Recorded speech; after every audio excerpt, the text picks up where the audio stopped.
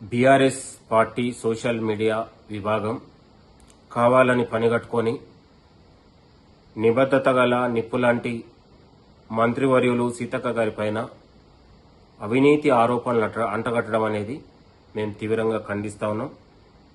కేంద్ర ప్రభుత్వ పథకమైనటువంటి పోషణ అభియాన్ పథకం కింద రాష్ట్రంలో ఉన్న అంగన్వాడీ వర్కర్లందరికీ మొబైల్ ఫోన్లు అందజేయాలనేది నిర్ణయించినటువంటి సందర్భంలో ఇవాళ గ్లోబల్ టెండర్ ద్వారా 38,130 మొబైల్ ఫోన్లకు గాను కేంద్రం నిర్ణయించినటువంటి ధర ఎంత అంటే 11,800 రూపాయలైతే వాళ్ళ రాష్ట్ర ప్రభుత్వం ప్రజాప్రభుత్వం అత్యంత పారదర్శకంగా 11,650 రూపాయలకు మాత్రమే శాంసంగ్ మొబైల్ ఫోన్లను అత్యంత పారదర్శకంగా టీజీటీఎస్ ద్వారా నిర్వహించి ఇవాళ టెండర్ నిర్వహించినటువంటి సందర్భంలో అసలు సంబంధం లేని సీతక్క గారిపైన అవినీతి ఆరోపణలు చేసి సోషల్ మీడియాలో కొంతమంది సన్యాసులు బీఆర్ఎస్ పార్టీ అఫీషియల్ పేజీలో పోస్ట్ చేసి ఆమెని ప్రతిష్టకు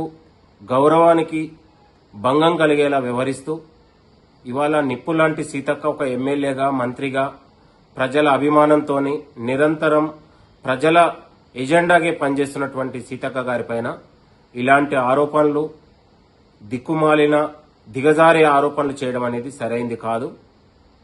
ఇవాళ 8,000కు వచ్చే ఫోన్లను 11,650 రూపాయలు కొనుగోలు చేసిరని అత్యంత నీచంగా దిగజారి మాట్లాడుతూ ప్రచారం చేస్తున్నటువంటి సోషల్ మీడియాను బీఆర్ఎస్ పార్టీ సోషల్ మీడియాను బ్యాన్ చేయాలని కూడా మేము కోరుతా ఉన్నాం. ఒక తెలంగాణ ఆడబిడ్డ గిరిజన ఆడబిడ్డ ప్రజా ఉద్యమాల నుంచి ఇవాళ అంచెలంచెలుగా ఎదిగొచ్చి తెలంగాణ రాష్ట్రంలో అత్యంత నీతి నిజాయితీతో పనిచేస్తున్నటువంటి మంత్రి గారి పైన ఇలాంటి ప్రచారాలు చేయడం అనేది బీఆర్ఎస్ పార్టీకి తగునా అని నేను హెచ్చరిస్తా ఉన్నాను.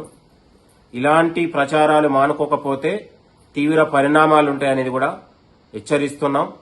చూస్తూ ఇలాంటి తప్పుడు ప్రచారాలు చేస్తే గతంలో కంచె గచ్చిపోలి అంశంలో కూడా మార్ఫింగ్లు ఫోటోలు చేసి పాల్పడినటువంటి సన్యాసులకు జైళ్లకు పోయినటువంటి చరిత్రను కూడా ఇంకా మర్చిపోయారేమో కానీ ఇంకా తీవ్ర పరిణామాలు ఉంటాయని కూడా హెచ్చరిస్తా ఉన్నాం.